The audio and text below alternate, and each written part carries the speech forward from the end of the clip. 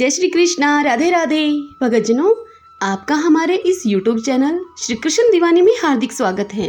आज मैं आपको पद्म पुराण के अध्याय 23 की कथा सुनाने जा रही हूँ। आज के अध्याय की इस कथा में हम सुनेंगे सत्संग के प्रभाव से 5 प्रेतों का उद्धार और पुष्कर तथा प्राची सरस्वती का महात्म्य। आज के पावन दिन हम इस कथा का रसपान करेंगे। तो आइए सर्वप्रथम भगवान विष्णु का स्मरण करते हुए सब बोलिए, विष्णु भगवान की जय, पद्म पुराण की जय। आइए अब कथा सुनते हैं। भीष्म जी ने पुलस्त्य ऋषि से पूछा, हे ब्राह्मण, किस कर्म के परिणाम से मनुष्य प्रेत योनि में जाता है तथा किस कर्म के द्वारा वह उससे छुटकारा पाता है, यह मुझे बताने की आप कृपा कीजिए। तब पुलस्त्य जी ने कहा, हे राजन, मैं तुम्हें ये सब बातें विस्तार से बतलाता हूँ, सुनो। जिस कर्म से जीव प्रेत होता है तथा जिस कर्म के द्वारा देवताओं के लिए भी दुस्तर घोर नरक में पड़ा हुआ प्राणी भी उससे मुक्त हो जाता है, उसका वर्णन करता हूँ तुमसे, सुनिए। प्रेत योनि में पड़े हुए मनुष्य सत्पुरुषों के साथ वार्तालाप तथा पुण्य तीर्थों का बार बार कीर्तन करने से उससे छुटकारा पा जाते हैं। हे भीष्म, सुना जाता है कि प्राचीन काल में कठिन नियमों का पालन करने वाले एक ब्राह्मण थे जो पृथु नाम से सर्वत्र विख्यात थे। वे सदा संतुष्ट रहा करते थे। उन्हें योग का ज्ञान था। वे प्रतिदिन स्व अध्याय, होम और जप यज्ञ में संलग्न रहकर समय व्यतीत करते थे। उन्हें परमात्मा के तत्व का बोध था। विषम अर्थात मनोनिग्रह, दम अर्थात इंद्रिय संयम और क्षमा से युक्त रहते थे। उनका चित्त अहिंसा धर्म में स्थित था। वे सदैव अपने कर्तव्य का ज्ञान रखते थे। ब्रह्मचार्य, तपस्या, पितृ कार्य अर्थात श्राद्ध तर्पण वगैरह और वैदिक कर्म में उनकी प्रवृत्ति थी। वे परलोक का भय मानते थे और सदैव सत्य भाषण में रत रहते थे। सबसे मीठे वचन बोलते और अतिथियों के सत्कार में मन को लगाते थे। सुख दुख आदि संपूर्ण द्वंद्वों का परित्याग करने के लिए सदा योग्य अभ्यास में तत्पर रहते थे। अपने कर्तव्य के पालन और स्व अध्याय में लगे रहना उनका नित्य का नियम था। इस प्रकार संसार को जीतने की इच्छा से वे सदा शुभ कर्म का अनुष्ठान किया करते थे। ब्राह्मण देवता को भी वन में निवास करते अनेकों वर्ष व्यतीत हो गए। एक बार उनका ऐसा विचार हुआ कि मैं तीर्थ यात्रा करूं, तीर्थों के पावन जल से अपने शरीर को पवित्र बनाऊं। ऐसा सोचकर उन्होंने सूर्योदय के समय शुद्ध चित्त से पुष्कर तीर्थ में स्नान किया और गायत्री का जप तथा नमस्कार करके यात्रा के लिए वे निकल पड़े। जाते जाते एक जंगल के बीच कंटका किरण भूमि में जहाँ न पानी था न वृक्ष, उन्होंने अपने सामने 5 पुरुषों को खड़े हुए देखा जो बड़े ही भयंकर थे। उन विकट आकार तथा पापपूर्ण दृष्टि वाले अत्यंत घोर प्रेतों को देखकर उनके हृदय में कुछ भय का संचार हो आया। फिर भी वे निश्चल भाव से खड़े रहे।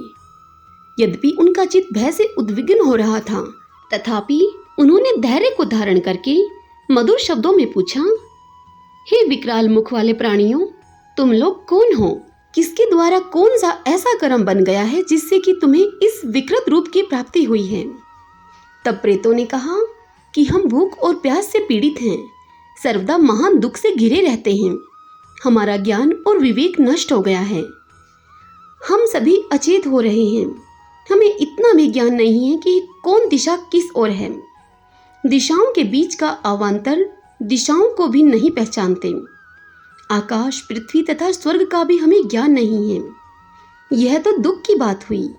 सुख इतना ही है कि सूर्योदय देखकर हमें प्रभात सा प्रतीत हो रहा है। हम में से एक का नाम प्रयुषित है, दूसरे का नाम सूचिमुख है, तीसरे का नाम शीघ्रग, चौथे का रोधक और 5वें का लेखक है।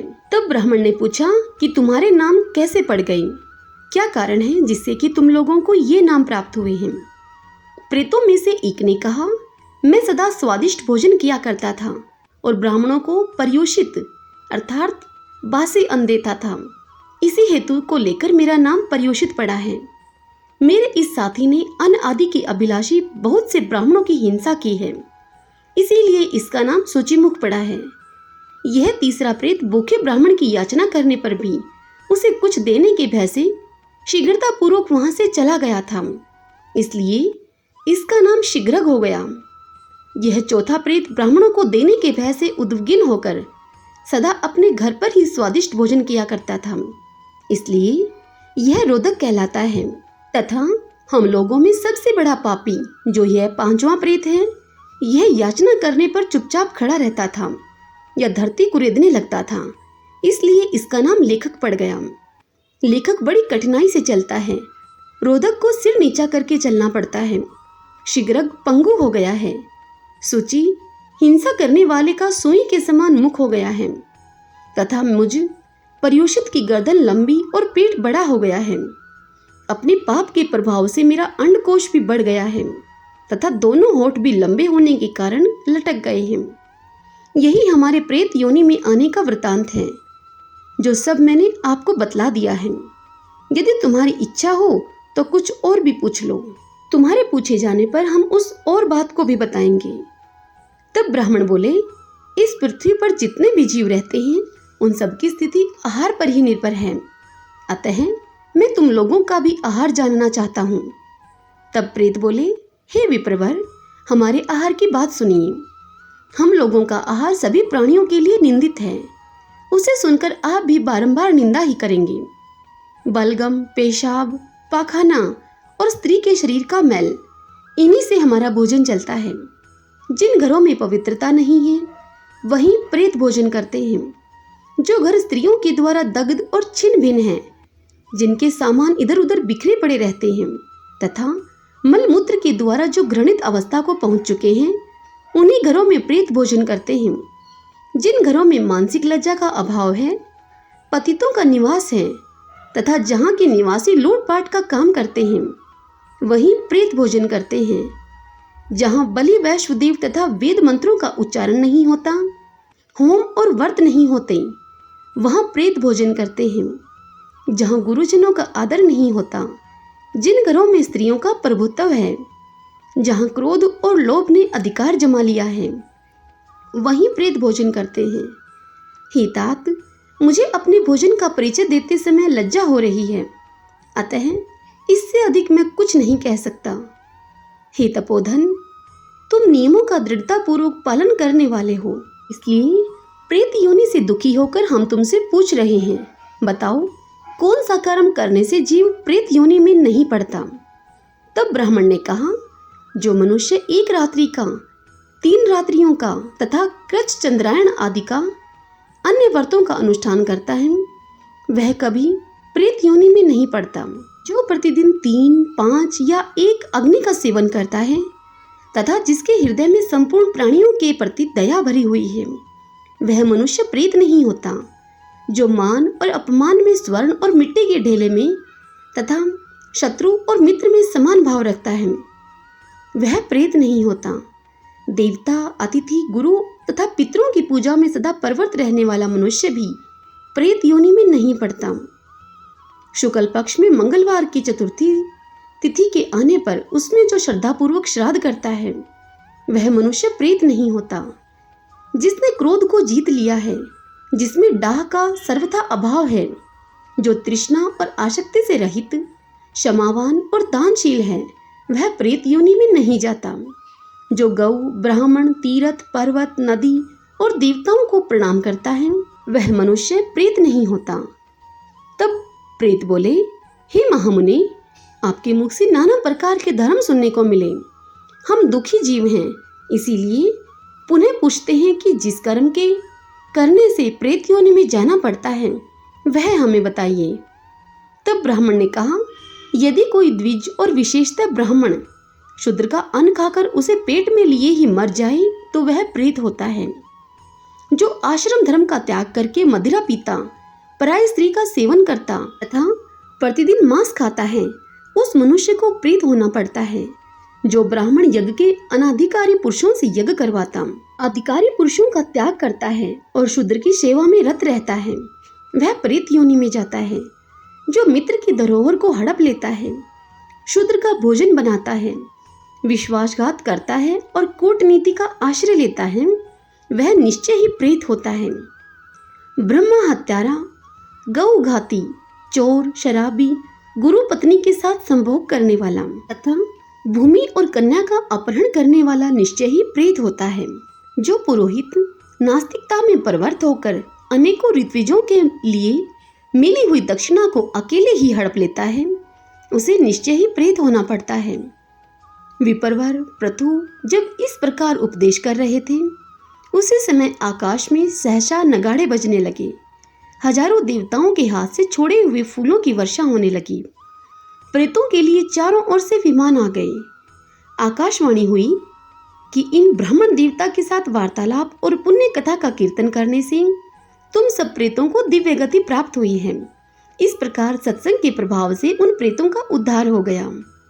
हे गंगानंदन, हे भीष्म, यदि तुम्हें कल्याण साधन की आवश्यकता है तो तुम आलस्य को छोड़कर पूर्ण प्रयत्न करके सत्पुरुषों के साथ वार्तालाप सत्संग करो।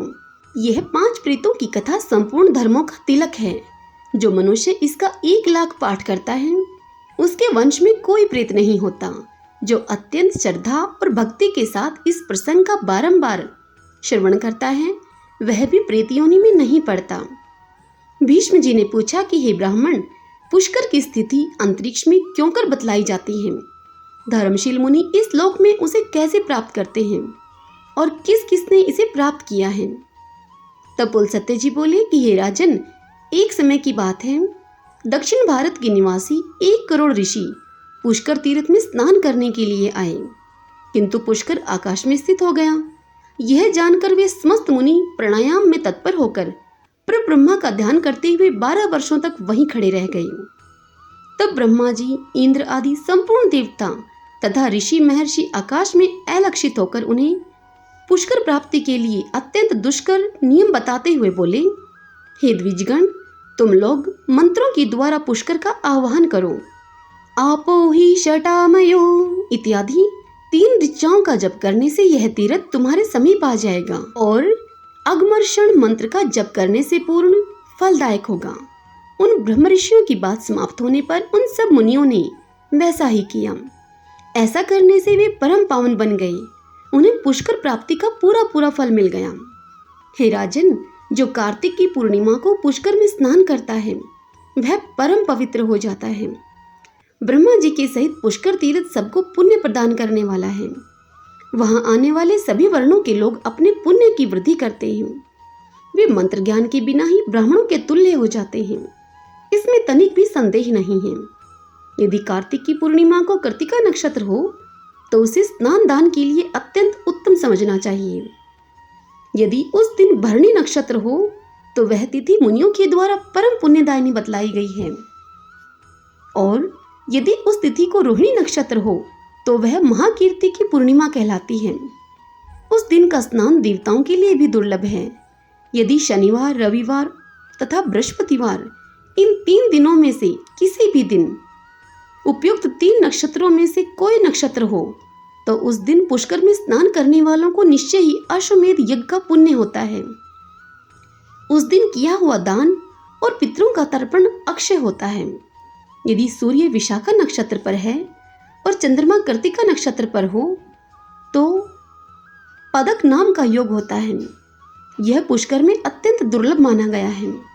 जो आकाश से उतरे हुए ब्रह्मा जी के इस शुभ तीर्थ में स्नान करते हैं, उन्हें महान अभ्युदयशाली लोगों की प्राप्ति होती है। हे महाराज, उन्हें दूसरे किसी पुण्य के करने न करने की लालसा ही नहीं रहती। यह मैंने तुम्हें सच्ची बात कही है। पुष्कर इस पृथ्वी पर सब तीर्थों में श्रेष्ठ बताया गया है। संसार में इससे बढ़कर पुण्य तीर्थ दूसरा कोई नहीं है। कार्तिक की पूर्णिमा को यह विशेष पुण्यदायक होता है। वहां उदंबर वन से सरस्वती का आगमन हुआ है और उसी के जल से मुनिजन सेवित पुष्कर तीर्थ भरा हुआ है। सरस्वती ब्रह्मा जी की पुत्री है। वह पुण्य शलीला एवं पुण्यदायिनी नदी है। वंश स्तंभ से विस्तृत आकार धारण करके वह उत्तर की ओर प्रवाहित हुई है। इस रूप में कुछ दूर जाकर वह फिर पश्चिम की ओर बहने लगती है और वहां से प्राणियों पर दया करने के लिए अदृश्य भाव का परित्याग करके स्वच्छ जल की धारा बहाती हुई प्रकट रूप में स्थित होती है। कनका, सुप्रभा, नंदा, प्राची और सरस्वती, ये 5 स्रोत पुष्कर में विद्यमान हैं। इसलिए ब्रह्मा जी ने सरस्वती को पंच स्त्रोता कहा है। उसके तट पर अत्यंत सुंदर तीर्थ और मंदिर हैं जो सब ओर से सिद्धों और मुनियों के द्वारा सेवित हैं। उन सब तीर्थों में सरस्वती ही धर्म की हेतु है।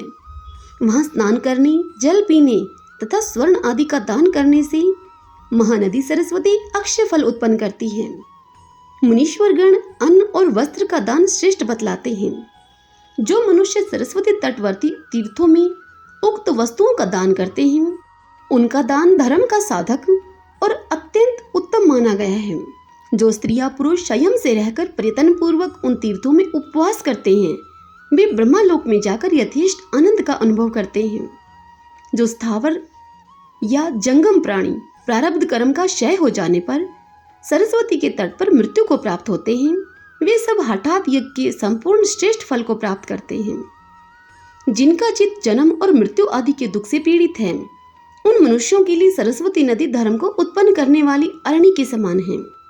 अतः मनुष्यों को प्रयत्न पूर्वक उत्तम फल प्रदान करने वाली महानदी सरस्वती का सब प्रकार से सेवन करना चाहिए। जो सरस्वती के पवित्र जल का नित्य पान करते हैं, वे मनुष्य नहीं, इस पृथ्वी पर रहने वाले देवता हैं।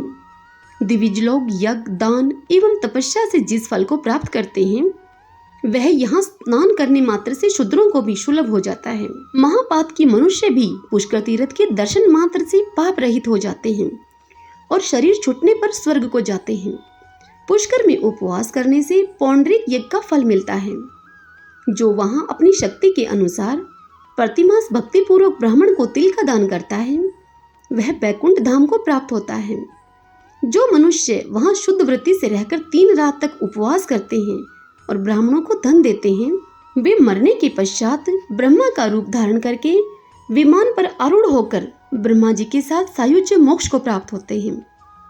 पुष्कर में गंगोद्भेद तीर्थ है, जहाँ नदियों में श्रेष्ठ गंगा जी सरस्वती को देखने के लिए आई थीं। उस समय वहां आकर गंगा जी ने कहा कि हे सखी, तुम बड़ी सौभाग्यशालिनी हो। तुमने देवताओं का वह दुष्कर कार्य किया है जिसे दूसरा कोई कभी कर ही नहीं सकता था। हे महाभागी, इसीलिए देवता भी तुम्हारा दर्शन करने के लिए आए हैं। तुम मन, वाणी, शरीर और क्रिया के द्वारा इनका सत्कार करो। पुलसत्य जी कहते हैं कि गंगा जी के ऐसा कहने पर ब्रह्मा कुमारी सरस्वती उन सुरेश्वरों की पूजा करके फिर अपनी सखियों से मिली। ज्येष्ठ और मध्यम पुष्कर के बीच उनका विश्व विख्यात समागम हुआ था। वहां सरस्वती का मुख पश्चिम दिशा की ओर और गंगा जी का मुख उत्तर की ओर है। तदंतर पुष्कर में आए हुए समस्त देवता सरस्वती के दुष्कर कर्म का महत्व समझकर उसकी स्तुति करने लगे। देवता बोले, हे देवी, तुम्ही धृति, तुम्ही मति, तुम्ही लक्ष्मी, तुम्ही विद्या और तुम्ही परागति हो। श्रद्धा, परानिष्ठा, बुद्धि, मेधा, धृति और क्षमा भी तुम्ही हो। तुम्ही सिद्धि हो, तुम्ही स्वाहा हो और सुधा हो तथा तुम्ही परम पवित्र सिद्धांत हो। संध्या, रात्रि, प्रभा, भूति, मेधा, श्रद्धा, सरस्वती, यज्ञ विद्या, महाविद्या, गुहा विद्या, सुंदर आणविक्षिकी अर्थात तर्क विद्या, त्रय विद्या, वेद त्रयी और दंड नीति, ये सब तुम्हारे ही नाम हैं। समुद्र को जाने वाली श्रेष्ठ नदी, तुम्हें नमस्कार है। हे पुण्य शलीला सरस्वती, तुम्हें नमस्कार है। पापों से छुटकारा दिलाने वाली देवी, तुम्हें नमस्कार है। हे वरांगने, तुम्हें नमस्कार है। देवताओं ने जब इस प्रकार उस दिव्य देवी का सत्वन किया, तब वह पूर्वाभिमुख होकर स्थित हुई। ब्रह्मा जी के कथन अनुसार वही प्राची सरस्वती है। संपूर्ण देवताओं से युक्त होने के कारण देवी सरस्वती सब तीर्थों में प्रधान है। वहां सुधावट नाम का एक पितामह संबंधी तीर्थ है, जिसके दर्शन मात्र से महापात के पुरुष भी शुद्ध हो जाते हैं और ब्रह्मा जी के समीप रहकर दिव्य भोग भोगते हैं। जो नरश्रेष्ठ वहां उपवास करते हैं, वे मृत्यु के पश्चात हंस युक्त विमान पर आरूढ़ होकर निर्भयता पूर्वक शिवलोक को जाते हैं। जो लोग वहां शुद्ध अंतःकरण वाले ब्रह्मा ज्ञानी महात्माओं को थोड़ा भी दान करते हैं, उनका वह दान उन्हें 100 जन्मों तक फल देता रहता है। जो मनुष्य वहां टूटे फूटे तीर्थों का जीर्णोद्धार करते हैं, वे ब्रह्मालोक में जाकर सुखी एवं आनंदित होते हैं। जो मनुष्य वहां ब्रह्मा जी की भक्ति के प्रायण होकर पूजा, जप तथा होम करते हैं, उन्हें वह सब कुछ अत्यंत पुण्य फल प्रदान करता है। उस तीर्थ में दीपदान करने से ज्ञान नेत्र की प्राप्ति होती है। मनुष्य अतीन्द्रिय पद में स्थित होता है और धूप दान से उसे ब्रह्माधाम प्राप्त होता है। अधिक क्या कहा जाए, प्राची सरस्वती और गंगा के संगम में जो कुछ दिया जाता है वह जीते जी तथा मरने के बाद भी अक्षय फल प्रदान करने वाला होता है। वहां स्नान, जप और होम करने से अनंत फल की सिद्धि होती है। भगवान श्री रामचंद्र जी ने उस तीर्थ में आकर मार्कंडेय जी के कथन के अनुसार अपने पिता दशरथ जी के लिए पिंडदान और श्राद्ध किया था। वहां एक चौकोर बावली है जहां पिंडदान करने से मनुष्य हंस युक्त विमान से स्वर्ग को जाते हैं। यज्ञवेताओं में श्रेष्ठ ब्रह्मा जी ने उस तीर्थ के ऊपर उत्तम दक्षिणाओं से युक्त पितृमेध यज्ञ अर्थात श्राद्ध किया था। उसमें उन्होंने वसुओं को पितर, रुद्रों को पितामह और आदित्यों को पर पितामह नियत किया था। फिर उन तीनों को बुलाकर कहा कि आप लोग सदा यहाँ विराजमान रहकर पिंडदान आदि ग्रहण किया करें। वहां जो पितृ कार्य किया जाता है उसका अक्षय फल होता है। पितृ और पितामह संतुष्ट होकर उन्हें उत्तम जीविका की प्राप्ति के लिए आशीर्वाद देते हैं। वहां तर्पण करने से पितरों की तृप्ति होती है और पिंडदान करने से उन्हें स्वर्ग मिलता है। इसलिए सब कुछ छोड़कर प्राची सरस्वती तीर्थ में तुम पिंडदान करो। प्रत्येक पुत्र को उचित है कि वह वहां जाकर अपने समस्त पितरों को यत्नपूर्वक तृप्त करे।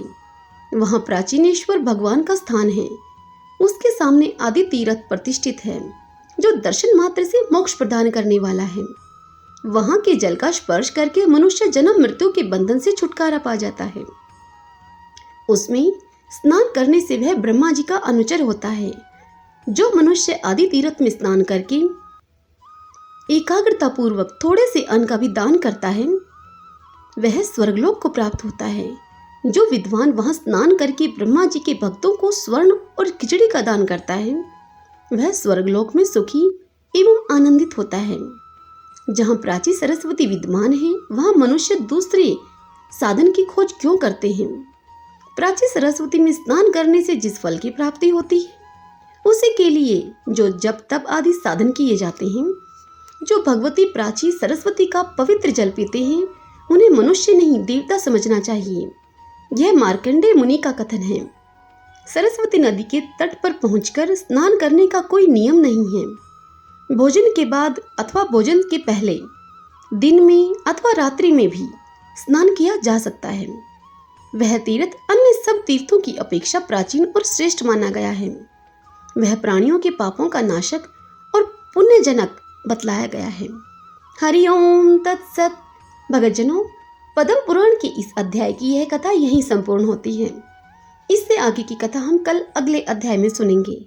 कल के अध्याय में हम मार्कंडेय जी के दीर्घायु होने की कथा और श्री रामचंद्र जी का लक्ष्मण और सीता के साथ पुष्कर में जाकर पिता का श्राद्ध करना तथा अजगंध शिव की स्तुति करके लौटना, कल हम इस पावन कथा का रसपान करेंगे। आज की कथा पसंद आई हो तो वीडियो को लाइक कीजिए और कमेंट बॉक्स में विष्णु भगवान की जय लिखिएगा।